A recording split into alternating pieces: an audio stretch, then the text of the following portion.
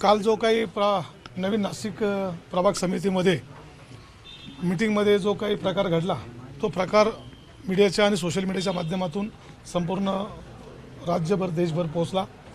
उपमहापौर या नात्याने मला सुद्धा अनेक क्लिप आले, अनेक फोन्स आले आणि जो काही प्रकार निदर्शनास आला तो अतिशय निंदनीय होता।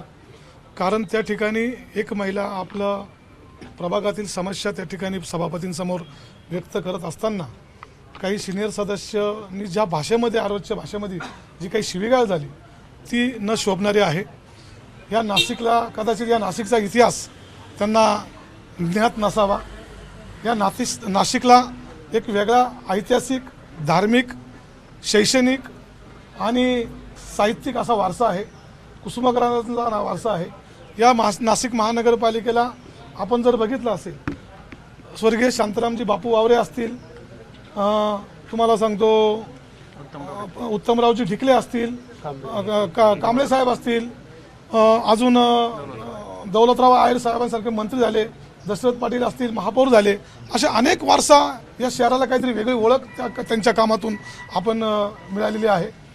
आणि असं असताना आता आपण सिंहस्थाच्या दृष्टिकोनातून आम्ही काम करतो आहोत आणि हे सगळं करत असताना ह्या राज्याचे सन्माननीय मुख्यमंत्री असतील, देवेंद्रजी फडणवीस साहेब असतील, उपमुख्यमंत्री एकनाथजी शिंदे साहेब असतील, सुमित्राताई पवार असतील, राज्यात, केंद्रात आणि महानगरपालिकेच्या माध्यमातून साधारणतः 30 ते 35 हजार करोड रुपयाचा निधी या नाशिक शहर आणि जिल्ह्याच्या सर्वांगीण विकासासाठी या ठिकाणी याचं काम सुरू आहे। या शहराचं नेतृत्व प्रथम नागरिक म्हणून आमच्या हिमगौरीताई आडके करता आहेत, त्या महापौर आहेत, आयुक्त मनीषाजी खत्री आहेत। या महापालिकेमध्ये 67 महिला सन्माननीय सदस्य आहेत। या महापालिकेमध्ये 3 ते 4 सन्माननीय उपायुक्त महिला आहेत। आणि याही पलीकडे जाऊन या शहरात काम करत असताना ही शहराची ओळख ही वेगळी असताना या ठिकाणी प्रभू श्रीरामचंद्राच्या पदस्पर्शाने पावन झालेली ही भूमी आहे। आणि असं असताना काल जो काही प्रकार झाला मला असं वाटतं हा निंदनीय आहे, हा खेदजनक आहे।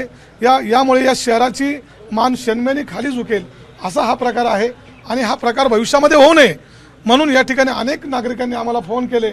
मग आज या ठिकाणी महासभा सुरू होत असताना माझ्या पत्रावरती सन्माननीय दिनकर अण्णा पाटील, सन्माननीय बंटीभाऊ तिदमे, अजयजी बोरस्ते, जॉयजी कांबळे अशा अनेक सदस्यांनी त्या ठिकाणी आपल्या भावनासुद्धा सभागृहामध्ये त्या ठिकाणी व्यक्त केल्या आणि असा प्रकार भविष्यामध्ये होऊ नये अशा सुद्धा त्या ठिकाणी आमच्या भावना व्यक्त केल्यानंतर सन्माननीय महापौर यांनी अतिशय चांगल्या पद्धतीने त्याच्यावरती रुलिंग दिलेलं आहे की जो काही प्रकार झाला तो निंदनीय आहे, तो कोणाला न शोभणार आहे। याच्यामुळे शहराची मान ही शर्मेने खाली जाणारच आहे।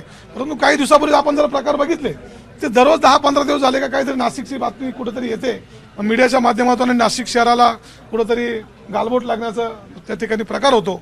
परंतु हे प्रकार आता नाशिक शहर म्हणून आम्ही कोणी या ठिकाणी अशा पद्धतीचे प्रकार सहन केले जाणार नाही, खपवून घेतले जाणार नाही। हा नाशिकचा नावलौकिक वाढवण्यासाठी आम्ही सगळे कटिबद्ध आहोत, प्रयत्नशील आहोत आणि आम्ही ते प्रयत्न करू। माननीय महापौरांनी जे रुलिंग दिलं ते अतिशय चांगलं होतं की यापुढे असा जर प्रकार झाला तर तो कोणी सदस्य कुठल्याही पक्षाचा असू द्या त्याकरिता 6 महिन्याचं निलंबन हे केलं जाईल, ते खपून गेलं जाणार नाही। आणि आजचा जो कालचा प्रकार झाला त्याचे आम्ही या ठिकाणी आपल्या सर्वांच्या माध्यमातून या ठिकाणी आम्ही निषेध व्यक्त करतो।